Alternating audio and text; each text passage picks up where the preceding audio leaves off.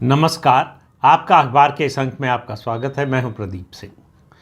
2024 का लोकसभा चुनाव, उसका नतीजा तो पहले से तय है।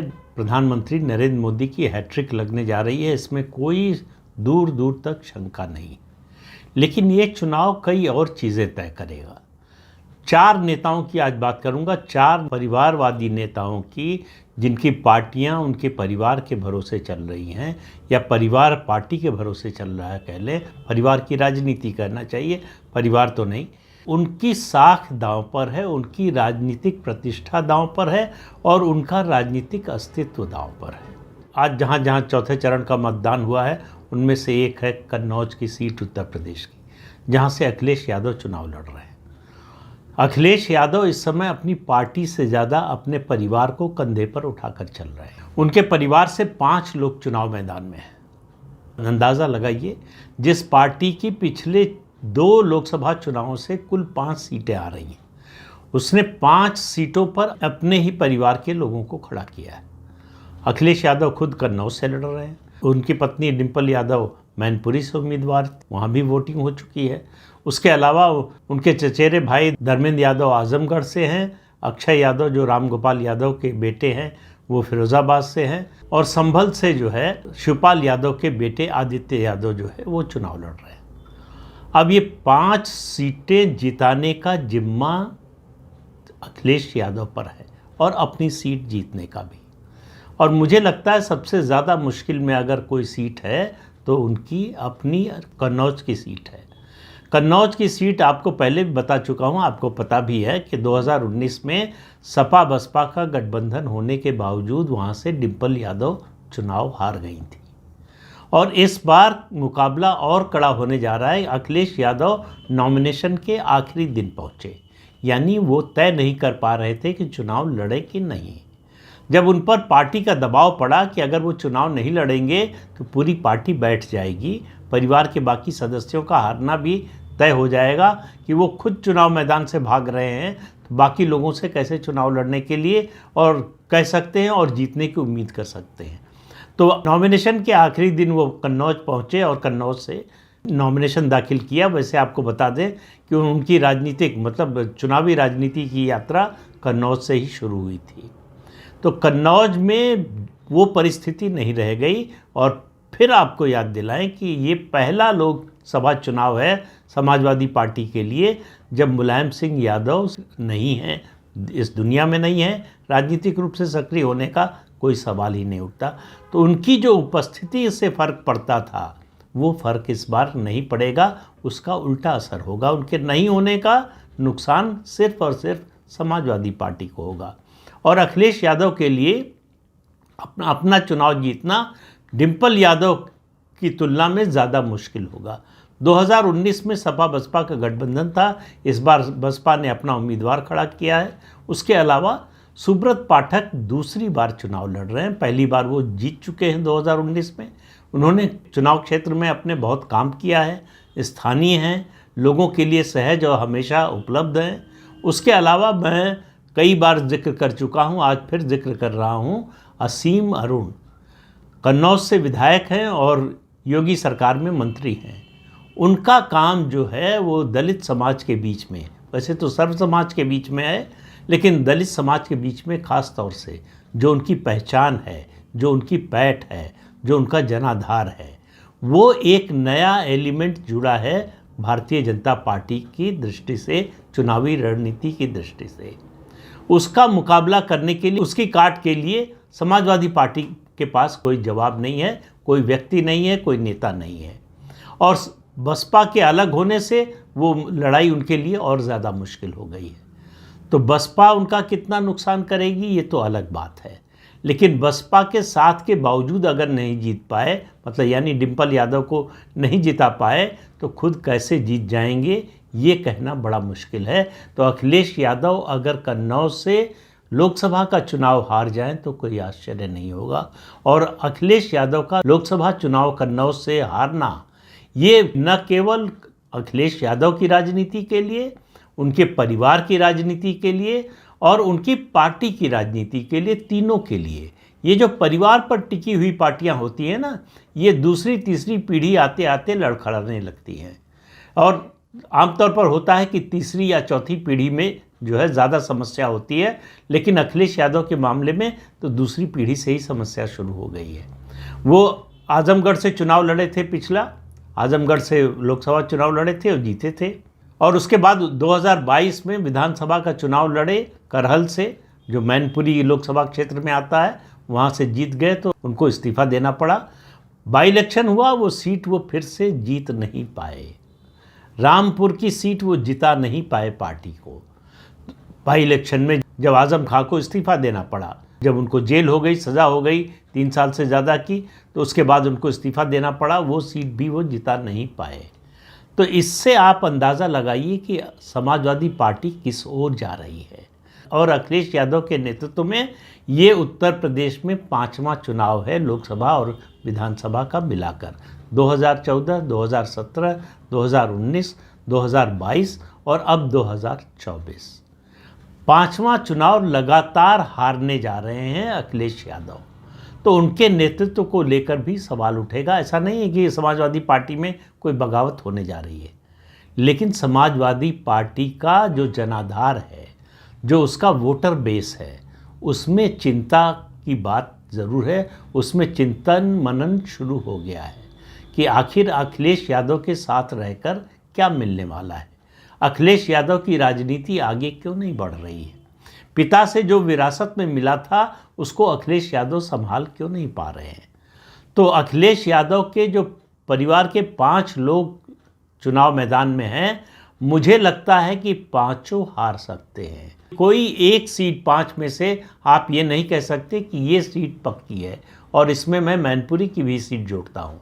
मैनपुरी में हालांकि इन 5 सीटों में सबसे मजबूत स्थिति में अगर कहीं समाजवादी पार्टी है तो वो मैनपुरी में है, लेकिन मैनपुरी में भी आप ये विश्वास के साथ नहीं कह सकते कि डिम्पल यादव का जीतना तय है। जो पिछली बार बाई इलेक्शन में था, चुनाव की घोषणा के साथ ही तय हो गया था, जब उनकी उम्मीदवारी की घोषणा हुई कि वही चुनाव जीतेंगी।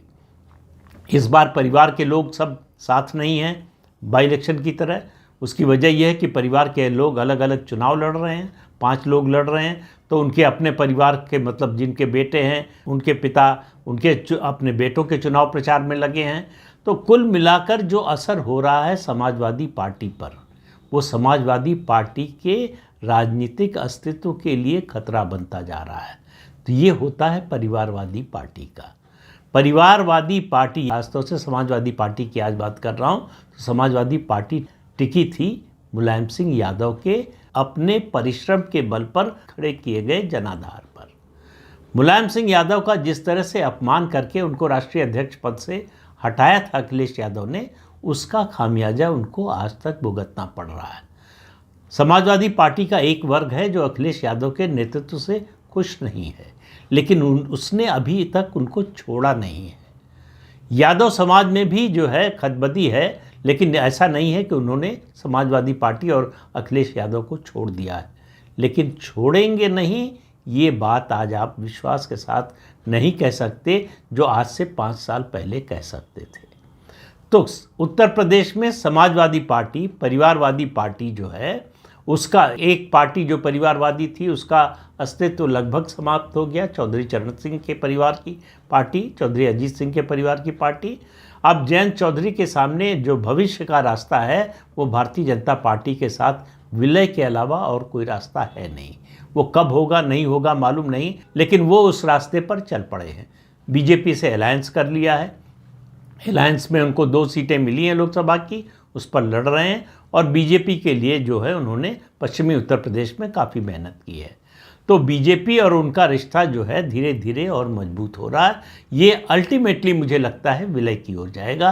तो एक पार्टी वो खत्म होगी, दूसरी समाजवादी पार्टी जो परिवारवादी पार्टी पूरी तरह से परिवार पर टिकी है, एक व्यक्ति पर टिकी थी, अब परिवार पर टिकी है, वो भी लगातार ढलान पर है, और इस ढलान पर उसकी तेजी को रोकने का कोई रास्ता किसी के पास है ऐसा दिखाई नहीं दे रहा है। दूसरा परिवार महाराष्ट्र की बात करें, शरद पवार का 50 साल से कांग्रेस के साथ लुका छिपी का खेल खेल रहे हैं। 1978 में कांग्रेस से बगावत करके मुख्यमंत्री बने थे, तब से कभी साथ रहते हैं, कभी छोड़ देते हैं।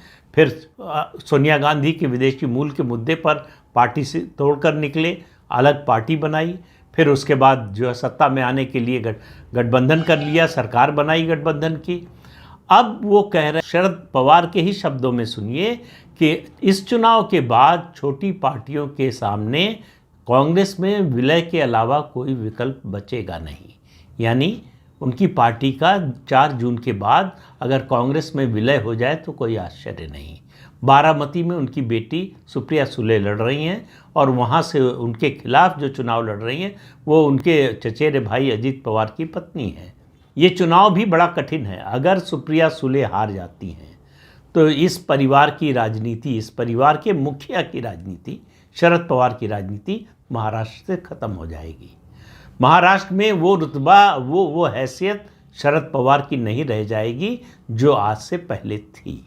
वैसे ही पार्टी की टूट के बाद उनके रहते हुए पार्टी टूट गई उनकी, और उसे वो रोक नहीं पाए। यही उनके लिए बहुत बड़ा सदमा है, और सुप्रिया सुले की हार जो है वो और बड़े सदमे के रूप में आएगी। तीसरा परिवार जम्मू कश्मीर का, लंबे समय से अब्दुल्ला परिवार।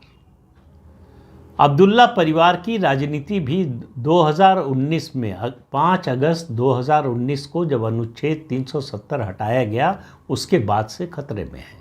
वो जो उनकी विरासत चली आ रही थी शेख अब्दुल्ला के समय से, नेहरू के समर्थन से जिस तरह से उनकी पार्टी को, उनके परिवार को राजनीति में स्थापित किया गया और उनका वर्चस्व बनाए रखा गया, एक के बाद एक केंद्र सरकार, चाहे वो कांग्रेस की रही हो, गठबंधन की रही हो, भारतीय जनता पार्टी की रही हो, सबने इस परिवार का समर्थन किया, सबने इस परिवार को बचाने में मदद की। वो कांग्रेस की सरकार में भी मंत्री रह चुके हैं परिवार के लोग, और बीजेपी की सरकार में भी। तो इसलिए जो है दिल्ली में जो भी सत्ता में है उसका साथ परिवार को मिलता रहा है, और अब जो है पहली बार चुनौती मिल रही है इस परिवार को। कुछ नई पार्टियां बन गई हैं जम्मू कश्मीर में, उसके अलावा भारतीय जनता पार्टी जिस तरह से ताकतवर हुई है, डिलिमिटेशन का फ़र्क, 370 हटने का फ़र्क, और डिस्ट्रिक्ट डेवलपमेंट काउंसिल के चुनाव में जिस तरह के नतीजे आए, स्थानीय निकाय और पंचायत चुनाव में जिस तरह के नतीजे आए, और अब जम्मू कश्मीर में आरक्षण लागू हो गया है, SC ST को आरक्षण मिल गया है पहली बार आज़ादी के बाद से। तो ये सब जो बदली हुई परिस्थितियां हैं उसमें इस परिवार की राजनीति संकट में है, बल्कि कहें मैं तो कहूँगा इनका राजनीतिक अस्तित्व ही संकट में है। फारूक अब्दुल्ला किसी भी दिन जेल जा सकते हैं अगर केंद्र सरकार चाहे तो। चाहेगी कि नहीं पता नहीं, लेकिन मुझे लगता है कि फारूक अब्दुल्ला अभी जेल के बाहर हैं तो इसमें केंद्र सरकार की मर्जी न होना उनको जेल में भेजने की वो सबसे बड़ा कारण है। वरना उनका जम्मू कश्मीर बैंक का और जम्मू कश्मीर क्रिकेट एसोसिएशन का जो घोटाले का मामला है वो बड़ा साफ मामला है, उसमें उनका बचना बहुत मुश्किल है। तो 3 परिवार तो ये हो गए। चौथा परिवार, इस देश का सबसे बड़ा राजनीतिक परिवार, कांग्रेस पार्टी का गांधी परिवार। गांधी परिवार के पैर अमेठी से उखड़ चुके हैं। अमेठी चुनाव क्षेत्र को गांधी परिवार ने छोड़ दिया है। उन्होंने KL शर्मा को स्मृति ईरानी के खिलाफ खड़ा करके एक तरह से वॉकओवर दे दिया है। यानी अमेठी के मैदान से गांधी परिवार भाग चुका है। रायबरेली में बड़े बेमन से राहुल गांधी लड़ने के लिए आए। प्रियंका वाड्रा, जिनके बारे में कहा गया कि उनको चुनाव इसलिए नहीं लड़ाया गया, उनको चुनाव में इसलिए नहीं उतारा गया कि उनको पूरे देश में चुनाव प्रचार करना है, वो प्रियंका वाड्रा रायबरेली से बाहर नहीं निकल पा रही हैं। लगातार जब से रायबरेली गई हैं, राहुल गांधी के नॉमिनेशन के 2-3 दिन बाद रायबरेली गई, तब से वहाँ से बाहर नहीं निकल पा रही हैं। लगातार रायबरेली में मेहनत कर रही हैं। रायबरेली में बहुत सा परिवर्तन हो चुका है पिछले चुनाव से इस चुनाव में। एक आंकड़ा मैंने पहले भी आपको दिया था कि 2014 में और 2019 में सोनिया गांधी का विक्ट्री मार्जिन 2 लाख घट गया, और उम्मीदवार यही दिनेश प्रताप सिंह थे, और कोई और बड़ा उम्मीदवार नहीं था। दिनेश प्रताप सिंह के खिलाफ ही 2 लाख का विक्ट्री मार्जिन सोनिया गांधी का घट गया था। तो ये एक बड़ा संकेत था कि रायबरेली में परिवर्तन की हवा बहना शुरू हो चुकी है। उसके बाद जो मैंने बताया आपको, समाजवादी पार्टी में जिस तरह का परिवर्तन हुआ है, उनके जो 2 विधायक बागी हो गए हैं। एक मनोज पांडे जो है वो तकनीकी कारणों से जो है समाजवादी पार्टी के सदस्य हैं, लेकिन वो पूरी तरह से भाजपा के साथ हैं। अदिति सिंह को लेकर बड़ी चर्चाएं हैं कि वो चुनाव प्रचार में नहीं उतर रही हैं, उनको मनाने की कोशिश हो रही है। लेकिन अदिति सिंह के बारे में बता दें कि 2019 के लोकसभा चुनाव में वो कांग्रेस पार्टी के साथ थी, गांधी परिवार के साथ थी। उनके पिता का गांधी परिवार से बड़ा निकट का नाता था। उनके रहते हुए भी सोनिया गांधी का विक्ट्री मार्जिन कम हुआ था। अब वो भाजपा उम्मीदवार के लिए चुनाव प्रचार के लिए निकलती हैं या नहीं, ये अलग बात है, लेकिन वो कांग्रेस पार्टी में नहीं है। तो उनके पिता अखिलेश सिंह का जो पूरा इकोसिस्टम है वो कांग्रेस पार्टी के साथ नहीं है। तो उसका नुकसान कांग्रेस के अलावा और किसको हो सकता है? और राहुल गांधी और प्रियंका वाड्रा और सोनिया गांधी तीनों को ये बात समझ में आ रही है। इसीलिए राहुल गांधी पहले वायनाड गए। उन्होंने ये नहीं तय किया कि मैं सिर्फ रायबरेली से लड़ूंगा या सिर्फ अमेठी से लड़ूंगा, अपने परिवार की सीट बचाऊंगा। उन्होंने रायबरेली से पर्चा दाखिल करने के बाद शाम को एक जो है सोशल मीडिया पर ट्वीट किया और कहा कि मेरी माँ ने जो है मुझे अपनी विरासत सौंपी है, अपनी ये रायबरेली की जिम्मेदारी सौंपी है। सवाल यह है कि माँ ने पहले क्यों नहीं सौंपी, क्यों वायनाड जाने दिया? क्योंकि सोनिया गांधी रायबरेली से चुनाव नहीं लड़ेंगी, इसका फैसला तो बहुत पहले हो गया था। तो गांधी परिवार को रायबरेली से जीत का पूरा भरोसा नहीं है, विश्वास नहीं है। विश्वास की कमी के साथ जो नेता चुनाव मैदान में उतरता है उसके लिए मुश्किलें और बढ़ जाती हैं। वही हो रहा है राहुल गांधी के साथ। अमेठी और रायबरेली दोनों सीटों पर 20 मई को 5वें चरण में मतदान होना है। अब ज़्यादा दिन बचे नहीं हैं। 18 मई की शाम को जो है चुनाव प्रचार बंद हो जाएगा। आज जब मैं आपसे बात कर रहा हूं तो आज 13 मई का दिन है। आज का दिन लगभग समाप्त हो रहा है। तो अब इसके बाद 14 से 18 5 दिन बचते हैं। इन 5 दिनों में कांग्रेस पार्टी, राहुल गांधी, प्रियंका वाड्रा कितनी मेहनत कर पाएंगे? प्रियंका वाड्रा का जो ट्रैक रिकॉर्ड है वो कोई बहुत अच्छा नहीं है, बल्कि कहें खराब है तो गलत नहीं होगा। अमेठी उनके रहते हुए राहुल गांधी हारे। रायबरेली में माँ की विक्ट्री मार्जिन जो है उनके रहते हुए कम हुई। तो चुनाव में वोट दिलाने की उनकी क्षमता जो है वो खुल चुकी है, वो मुट्ठी खुल चुकी है। वो उम्मीद की जा रही थी कांग्रेस द्वारा कि वो लाख की होगी, लेकिन वो खाक की निकली। तो रायबरेली में अगर राहुल गांधी हार जाते हैं तो ये चौथा परिवार होगा जिसकी पारिवारिक राजनीति संकट में होगी। अमेठी में हारना गांधी परिवार का तय है इस बार। पिछली बार थोड़ी शंका थी कि हारेंगे जीतेंगे, बहुत से लोगों के मन में शंका थी, बहुत से लोगों को लगता था कि राहुल गांधी नहीं हार सकते, उनको नहीं हराया जा सकता, लेकिन हार गए। इस बार जो है केएल शर्मा का हारना तो तय ही है, लेकिन राहुल गांधी का हारना गांधी परिवार के लिए बहुत बड़ा सदमा होगा। चुनावी दृष्टि से उत्तर प्रदेश से ये परिवार राजनीतिक रूप से साफ हो जाएगा। तो 20 तारीख का इंतज़ार कीजिए, उसके बाद 4 जून का इंतज़ार कीजिए, नतीजा सामने आ जाएगा। आज के अंक में इतना ही। अगले अंक में फिर मिलेंगे किसी नए मुद्दे के साथ। तब तक के लिए अनुमति दीजिए। आपसे अनुरोध है कि चैनल देखिए, शेयर कीजिए, लाइक कीजिए और सब्सक्राइब ज़रूर कीजिए। नमस्कार।